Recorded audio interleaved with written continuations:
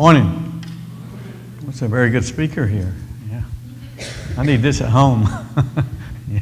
Very good to be with you. I always enjoy coming back to Lawnville and meeting my good brothers and sisters and update you on our work together in India. This last trip I was gone almost 6 months, which was my longest trip ever. Usually I'm there about 10 weeks to 3 months. Then I'm back home for 2 or 3 months talking to congregations and raising funds for what we're going to be doing in India. But this last trip was 6 months, a very long trip, but while I was there, I was able to have the treatment on my prostate cancer. I was in Delhi in the hospital for about a month for treatment.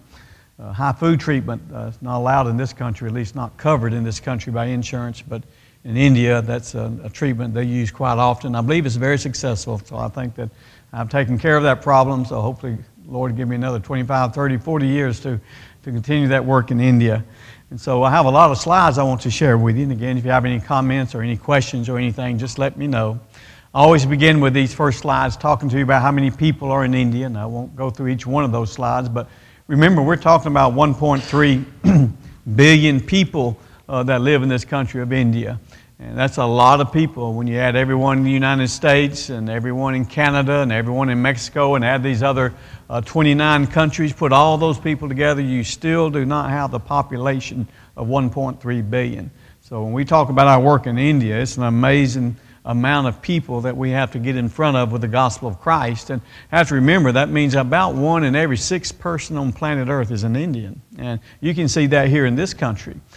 Within about 20 years, the largest minority in America will be the Indian minority, not the African American, but the Indian minority will become the largest minority in this country. And they are also one of the fastest growing groups of people in the world because they have no sense of birth control, and they will not practice it in the Hindu religion or in the Islamic religion, nor in Catholicism, which is quite big in India. So India has a major problem with population control. Again, Hinduism is their indigenous religion. It's the religion of worshiping many, many gods, all types of things that they worship. They worship the Bengal tree. They worship rocks. They worship all kinds of the figments of their imagination. They have all kinds of icons and statues and just tens of thousands of gods, and temples are all over this country of India that these people worship. Christianity continues to grow, about 3%. That's all of Christianity, but the Lord's church is growing very well in India, also in Africa, also in China. In fact, they're now telling us by the year 2050, the largest Christian nation on earth will be China, not the United States of America, not India, but China will be the largest Christian nation on earth by the year 2050. Let's pray that that is true. And let's pray that the Lord will help us to turn things around here, that we will be very close right behind China. But God's work continues in the world. Sometimes we get discouraged, in our part of the world saying, what's happening with the church? But God's church is alive and well around the planet Earth, and we should pray for those people wherever they might be. Here's a little chart here that shows you the breakdown of the religions of the world. Sometimes we hear so much about Islam and we hear so much about Hinduism, but overall the largest group of people worldwide are people we would classify as Christians or Christianity in the big use of that word. So we're still the largest group of people. In other words, more people in the world believe in Jesus Christ than anyone else believes in anything else. And that's a good sign, and that continues to grow in this world. Here's a picture of India, and I'm trying to show you the mustard seed village where we are. We're way up in the northeast corner of India. From my village, I can look over and see the mountains of Myanmar, which used to be called Burma. I can travel about 100 miles, and I'll be in China. Okay? I do not have to travel about 200 and something miles, and I would be over in Bhutan and Nepal. So we're well situated to reach into many different countries with the gospel of Christ. I love Google Map. You can just Google anywhere in the world. Now, here's a Google Map picture showing you where we're located, and you can see by that arrow how close we are to China and Bhutan and Nepal and Bangladesh, where I will be going in about another 6 weeks from now, in Myanmar. So again, we're in a great location to take the gospel to many nations of the world. Here's a picture of our village. This is a picture. You can see this is the mustard seed village within the yellow there. And since that picture was taken, I've added 2 more buildings there. In fact, I'm out of building room on that property and need to acquire some more property, I hope, very soon to begin building another section of the Rainbow Village for girls. Here's a closer picture of the village, and I don't know if you can see, I cannot see that well without my glasses on, but that shows you the different cottages and so forth. Shows you my cottage where I live, the American cottage. If you come there, I have a geyser. Anybody know what a geyser is? Anybody want to know? Anybody know?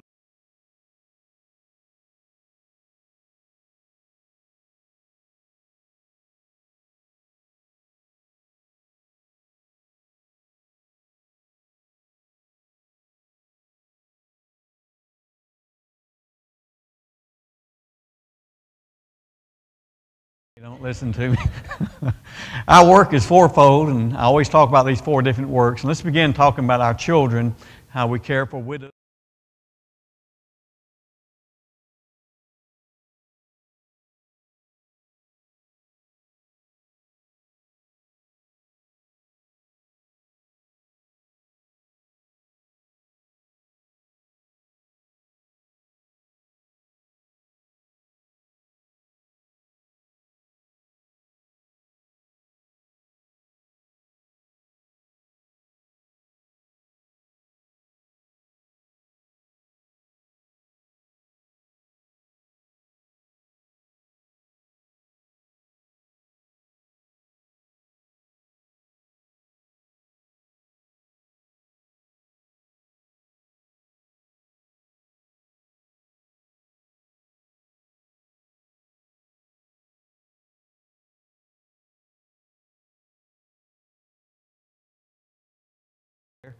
And the men are up there in the watchtower, but they can't come down because those elephants will kill them very quickly.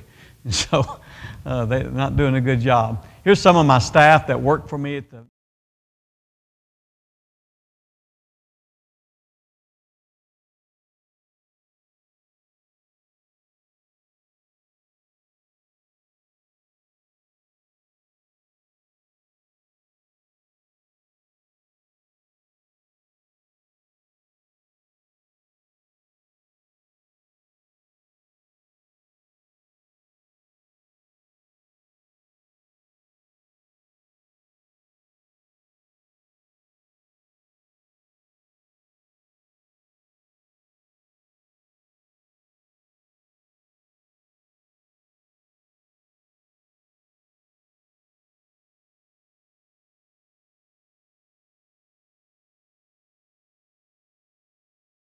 blind children. We have 2 blind children on property and 3 more ready to come when I return.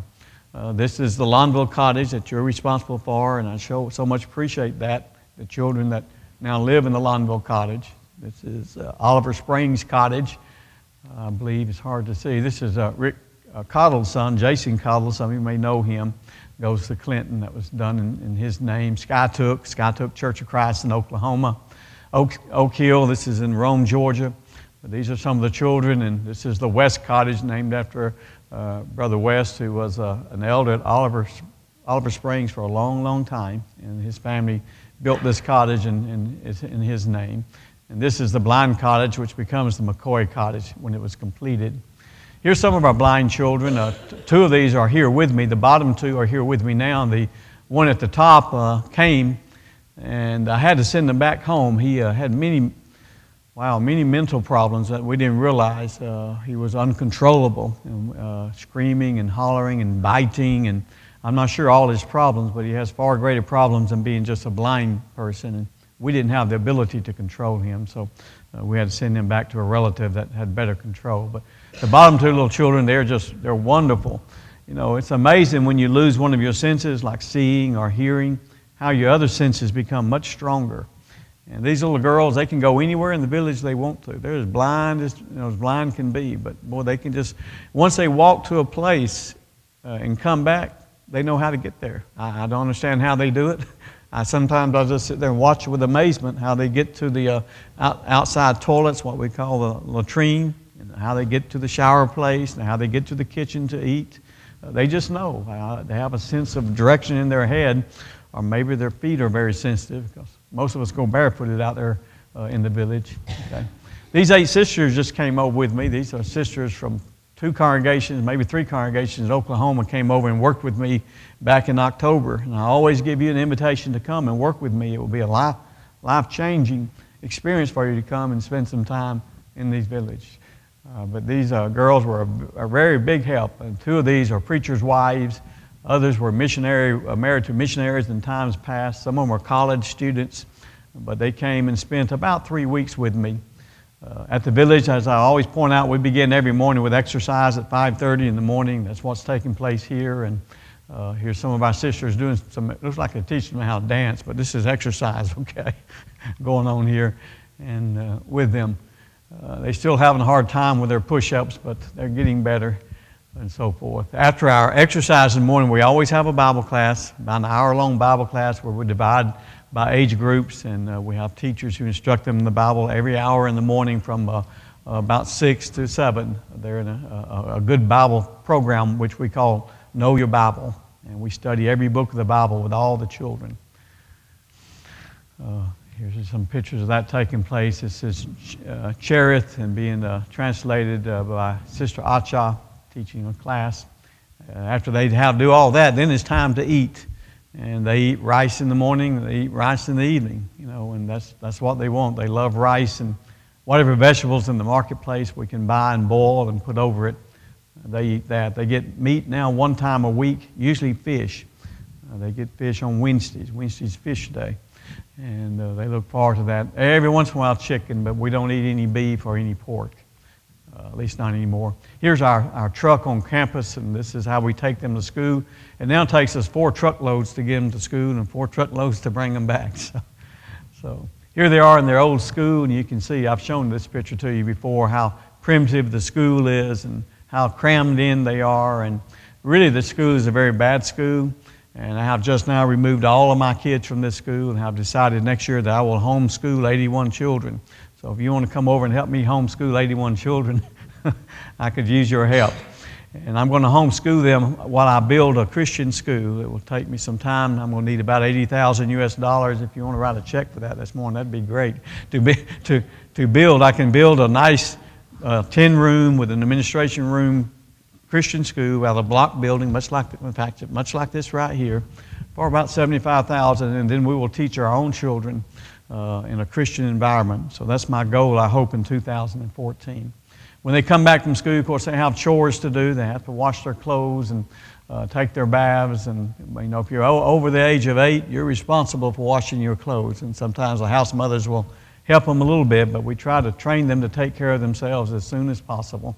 And of course, they have their baths out there at the well, bucket baths. The house mothers will bathe the smaller ones. The older ones, of course, can bathe themselves. Here's 2 of our favorite members. I don't know if you can see that, but their name is Adam and Eve, and there's Eve and there's Adam. I just had a graduation, and the boys who graduated from the preaching school said, "Can we not kill one of the pigs and eat that for our graduation dinner?"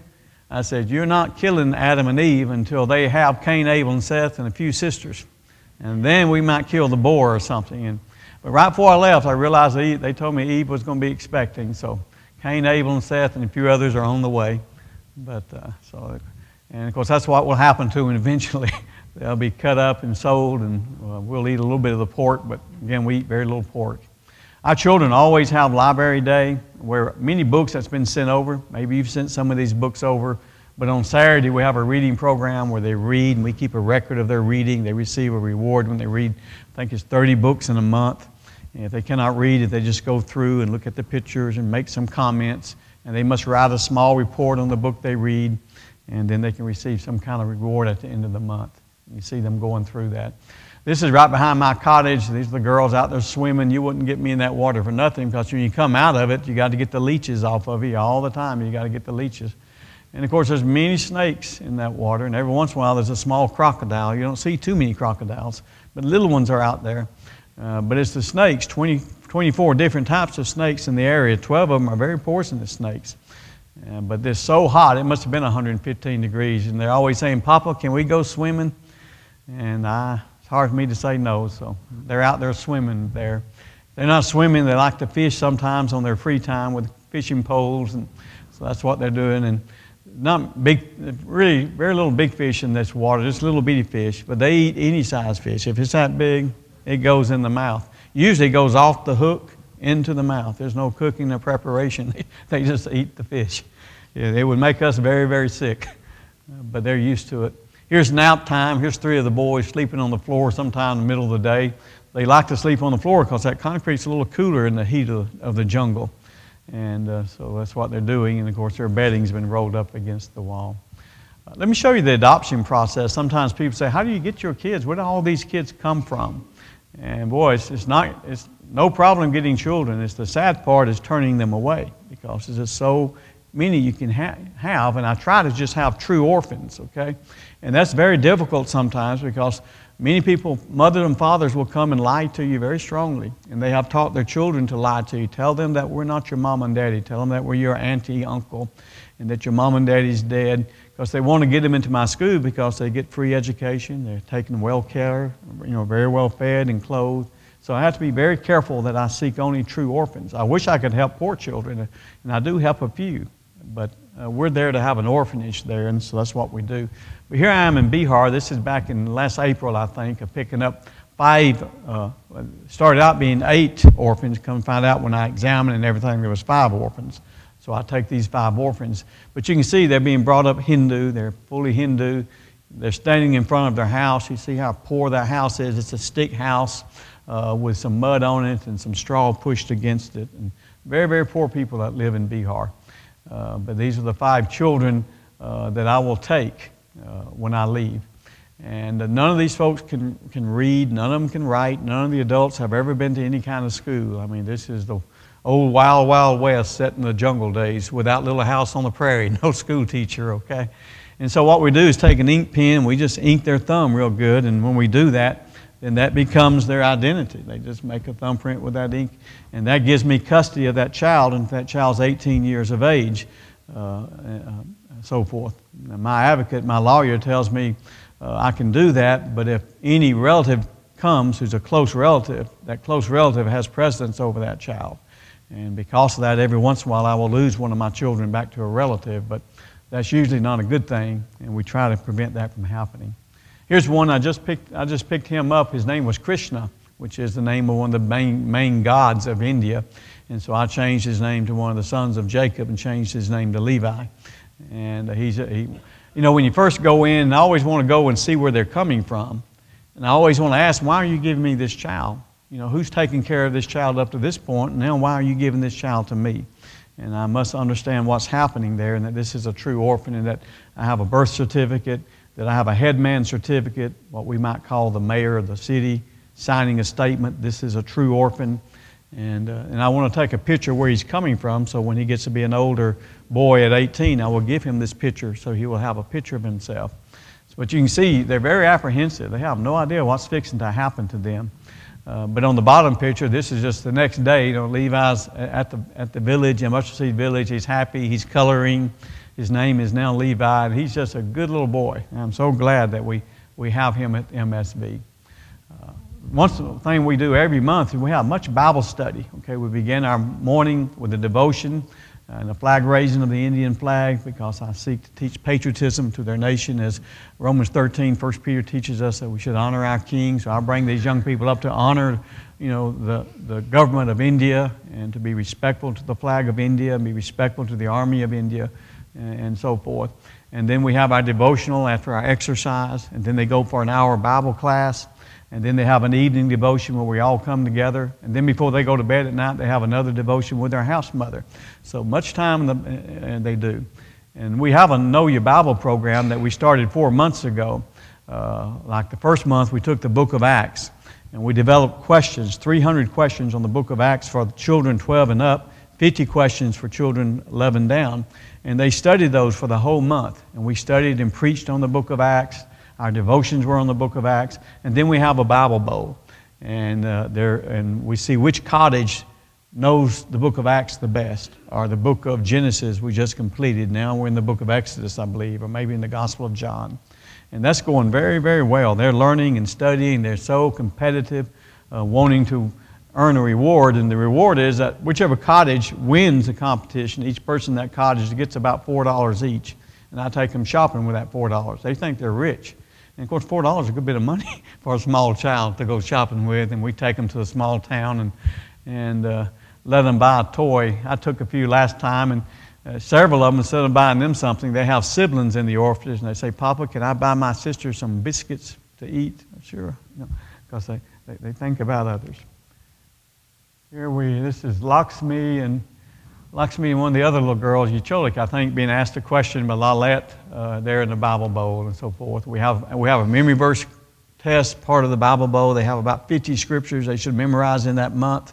And then they select one from their cottage to represent the cottage in a write-off. And they have about an hour to write as many memory verses as they can. And they do a great job. I mean, they really do a good job doing that. Here's the cottage. This was a girls' cottage. Usually the boy cottages have been winning these Bible Bowls, but here the girls have won this time. Little girl in the blue there, she's blind. That's Conscience. She's a little blind girl, but boy, she can hear you read the Bible to her and read a memory verse to her, and she knows it. I mean, she knows that memory verse. Very smart. These little girls are playing house. All little girls like to get some pots and pans and get outside and play house. I guess that's how you learn to be mothers and wives or something, but I caught these little children playing behind their cottage there and took a picture of them, so forth. These children are playing at Cameron's place. Cameron was a good young man at Clinton who was killed in a car wreck last February, right? Last January, and I did his funeral right before I went back over, but he was fixing to graduate from Clinton, had already joined the Navy. But anyway, killed in a tragic car accident, and mother sent some money to help me build this playground, and so we call it Cameron's Place. Here's some pictures of the children, and for the very first time, I took them trick-or-treating. They didn't have any idea what trick-or-treating was. I called it Fall Festival, and they had no idea about costumes or anything, but they made themselves some little masks. And what I did, I set up 20 little cottages at the Mustard Seed Village, and they went to each cottage 2 times, so they ended up with 40 pieces of some type of candy. They had a wonderful time.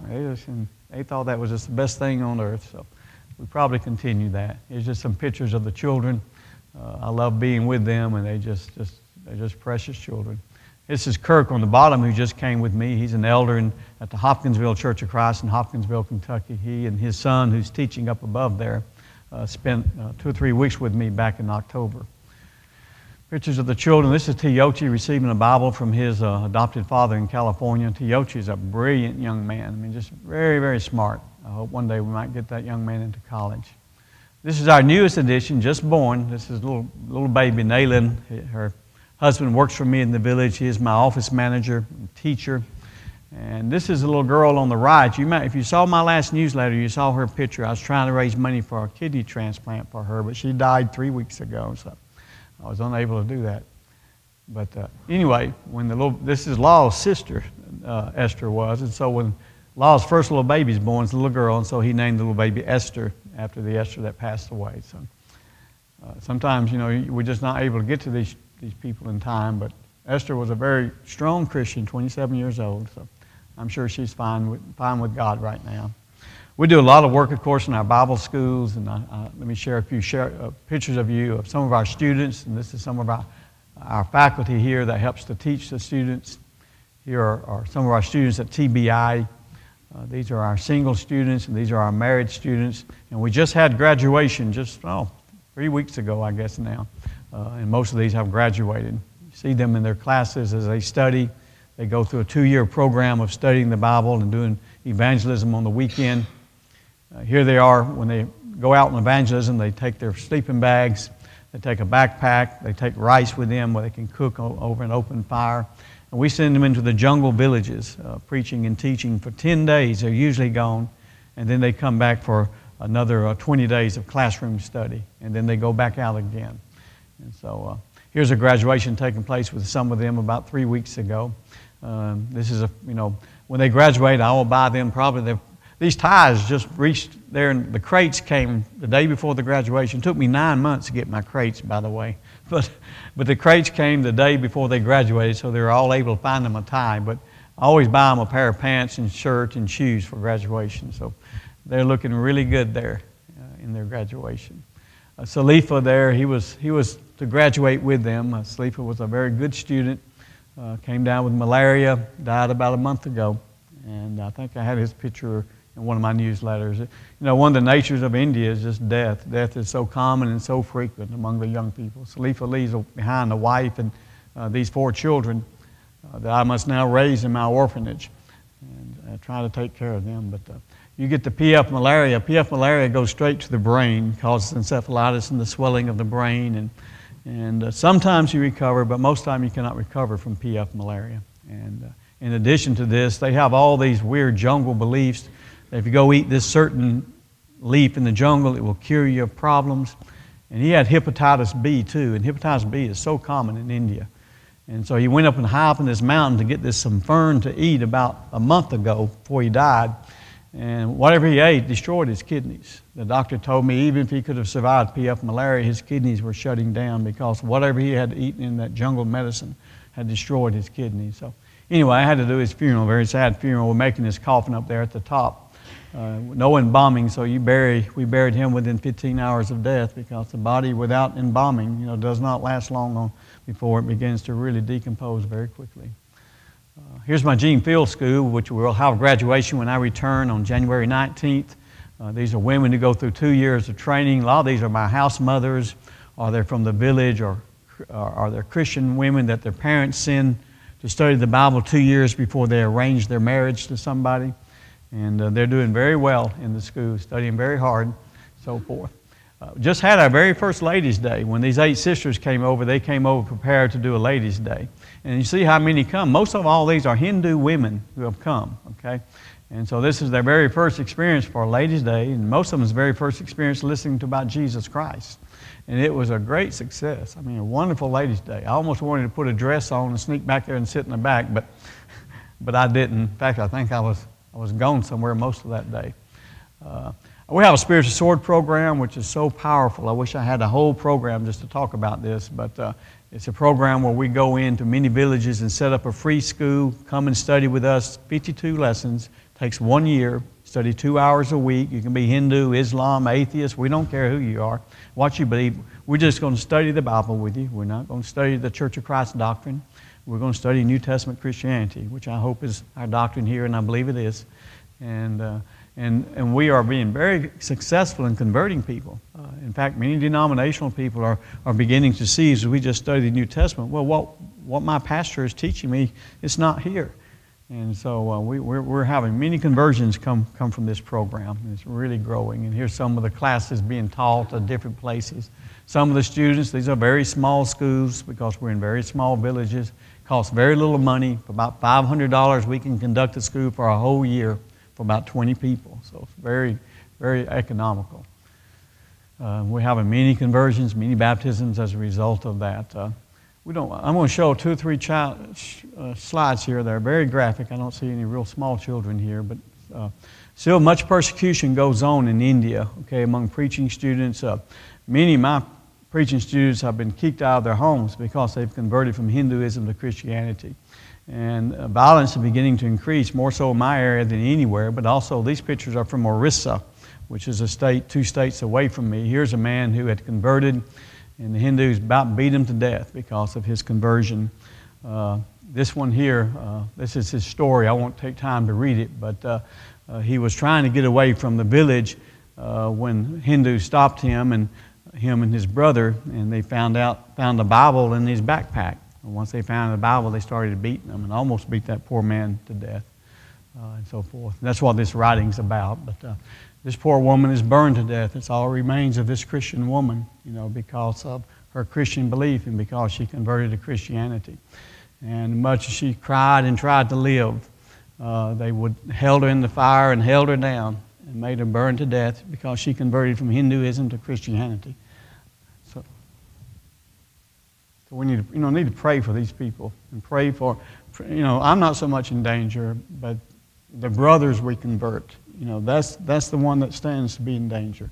So we need to be aware of that. Here's some more of those spiritual sword Bible classes that's ongoing. Like I say, this is taking place at the Mustard Seed Village. We have many people coming from the Hindu villages and even from the indigenous denominations, and they're coming and studying. And I've got to move very quickly. And the result of this is just baptism. Many people are coming to Jesus Christ. Again, we do a lot of village evangelism. One of my favorite things to do is just go places and preach the gospel. Here we are having a Bible study in a typical house in Arunachal Pradesh. This is jungle, so everything's sort of open house. and everything. And you see how typical the houses are in that part of the world. Here we're having a Bible study in the congregation that we started in Margarita. We started this congregation about a year ago. We baptized over 20 people.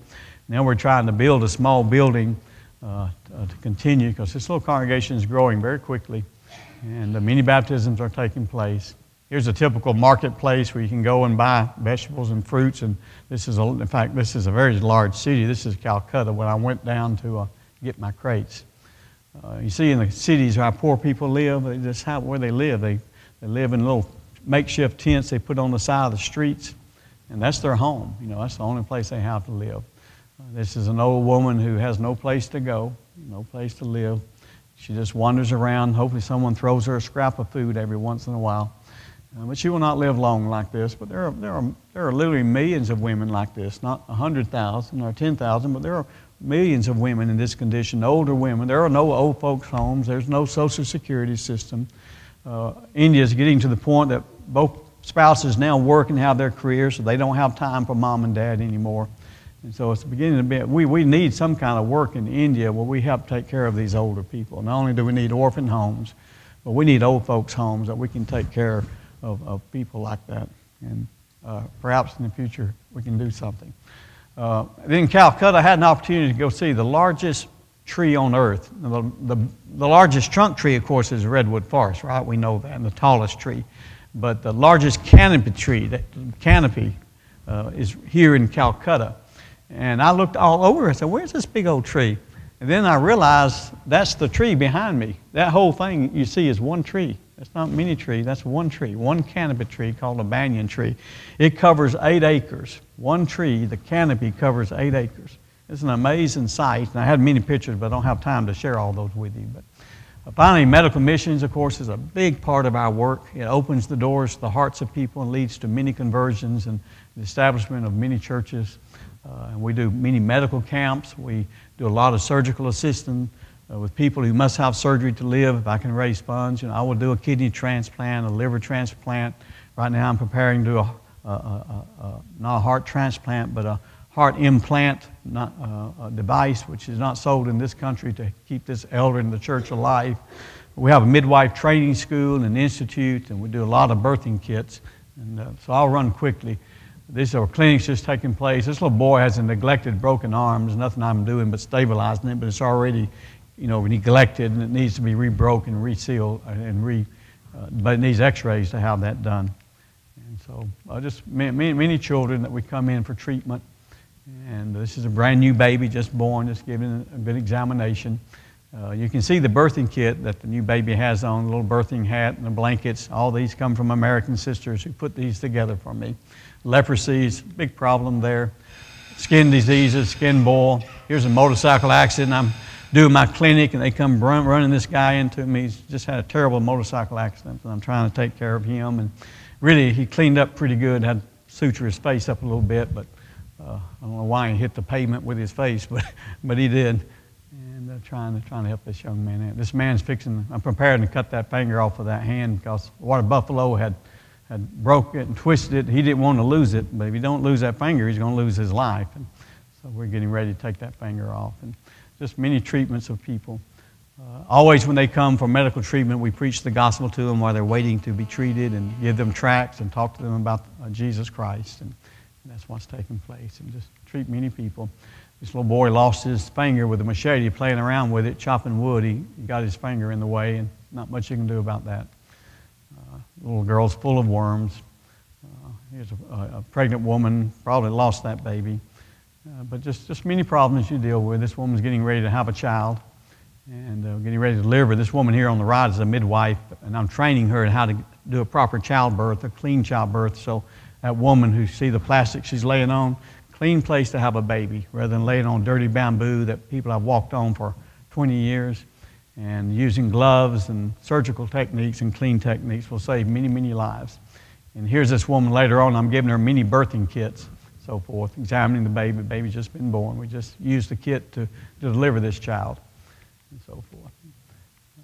So anyway, this poor sister here, ready to have a baby. My time's up, isn't it right, brother? Okay. And this poor woman, I was going to deliver her baby. The baby's But I had to go to Calcutta on my crate. She was gone 3 days, and while I was gone, she went into labor, and they took her to a little midwife clinic down the road, which required $8. I think it was $8 they required in advance to deliver a baby. She has no money. Okay, I forgot till I didn't leave her any money, and because she didn't have $8, they wouldn't do anything for her. So she went back home. The baby's breached, so the baby dies, and lucky she doesn't die. But so it's very sad. And that's why we need midwife training and midwife clinics, and that's why I started that. Okay, I'm going to move. This is a evangelism among the Choctaw where I went. And I don't have time. This is an outdoor toilet. It sits on the side of the cliff, so if you got to go to the toilet at night and you miss that toilet, you're in a world of hurt. You're going to fall about 400 feet straight down. So there was a battle between the Simpu and the Choctaw tribe, and we have many converts among the Choctaw, so I'm there trying to help them out. You see, they just burnt everything they had, burn it down. And we help them to reestablish their homes with many things, cooking pots, sleeping things, clothing for their families. And through this, many of these Buddhists we now have converted to the Church of Christ, into the Lord's kingdom. Lucky Lata is a little girl I talked to you about, and you've seen her in my newsletter many times, who needed a liver transplant. And this is what we're doing. This was last December. I may have showed those slides to you, but you see her in surgery, see her after the surgery. It took us about 3 weeks for her to go through the surgery before we could bring her back to the village. And you see the picture on the left, that's where I found her in the village. She's just about dead. And then here she is 6 months later, very healthy little girl. And, of course, lives in the Mustard Seed Village, goes to school, very good child. And so, because of your help, people like that can live. And finally, we have a midwife training school that I just started last year where I bring women in from the village and I teach them how to deliver a baby properly and safely. And this is our first class, and I teach them how to use a blood pressure machine, how to do all the things you need to do. I teach them CPR and EMT techniques, things like that. I teach them all about the birthing process and how to deliver a baby. Here we are having graduation. They're receiving their diploma. This woman here on the left, she's probably delivered 100 babies. She's a midwife. She learned so much from me. She said, I cannot believe I've been doing all this, but she knows how to deliver a baby. She just needs to deliver it in a clean method and in a clean way. And so here are my first little graduating class, and I will teach that class again. This is land that we just purchased for the Rainbow Village. This will be the Rainbow Village for the girls. All the girls will move there while I build the building. And the boys will stay at the Mustard Seed Village. So we have separation of boys and girls as we should have. And here I'm at a tractor. I'm not driving that tractor, by the way. I'm just taking a picture of Sam. This is our future home there. So thank you for listening. If you have any questions, let me know. And I appreciate all your support. You help make this possible. Thank you.